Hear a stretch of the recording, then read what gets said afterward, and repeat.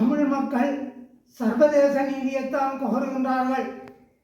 ஒரு நாளும் உள்ளூர் பொறிமுறையை ஏற்றுக்கொள்ளவில்லை என்ற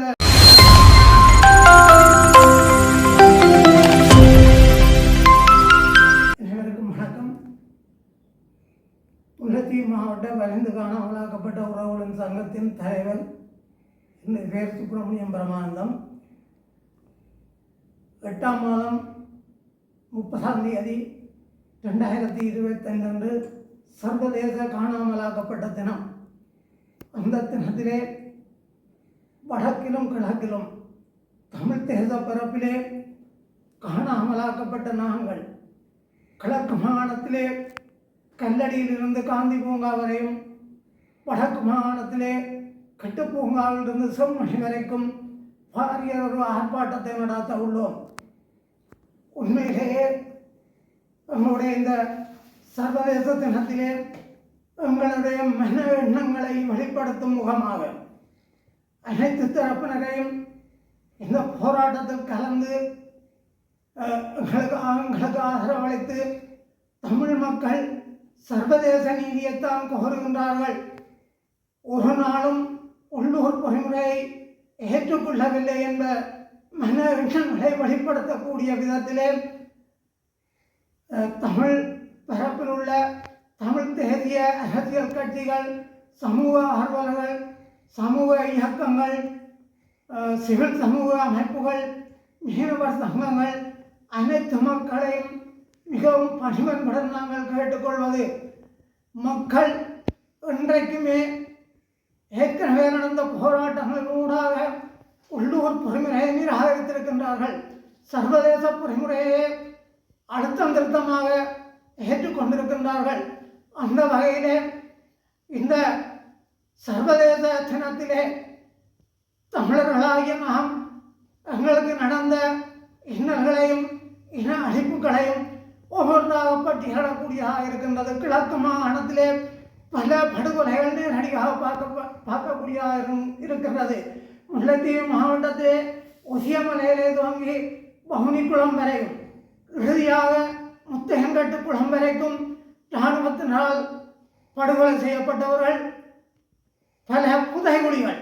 செம்மணி புதைகளை எடுத்துக்கொண்டால் 1 வயதுக்குட்பட்ட பிள்ளை என்ன குற்றம் செய்திருக்கின்றது? அந்த குற்றம் அவர்களை கொலை செய்தவருடைய நோக்கம் என்ன?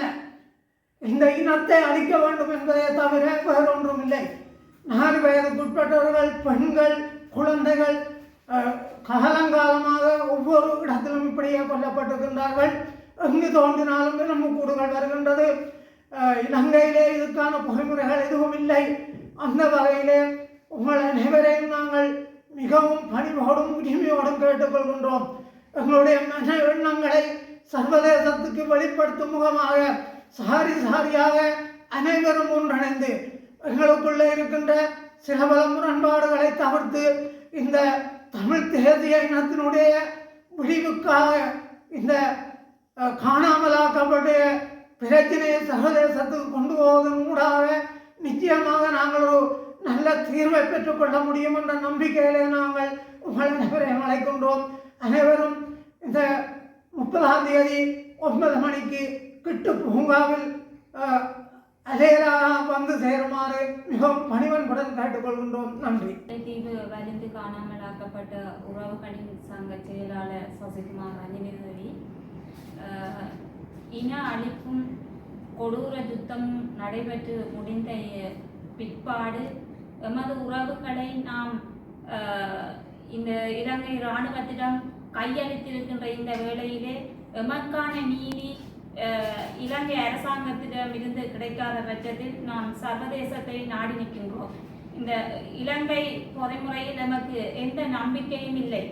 அதன் காரணமாகவே நாம் சர்வதேச நீதியை கோரி நிற்கின்ற இந்த வேளையிலே எதிர்வரும் 30/8/2025 அன்று யாழ் செம்மணி பகுதியில் இந்த கவன ஈர்ப்பு போராட்டத்தை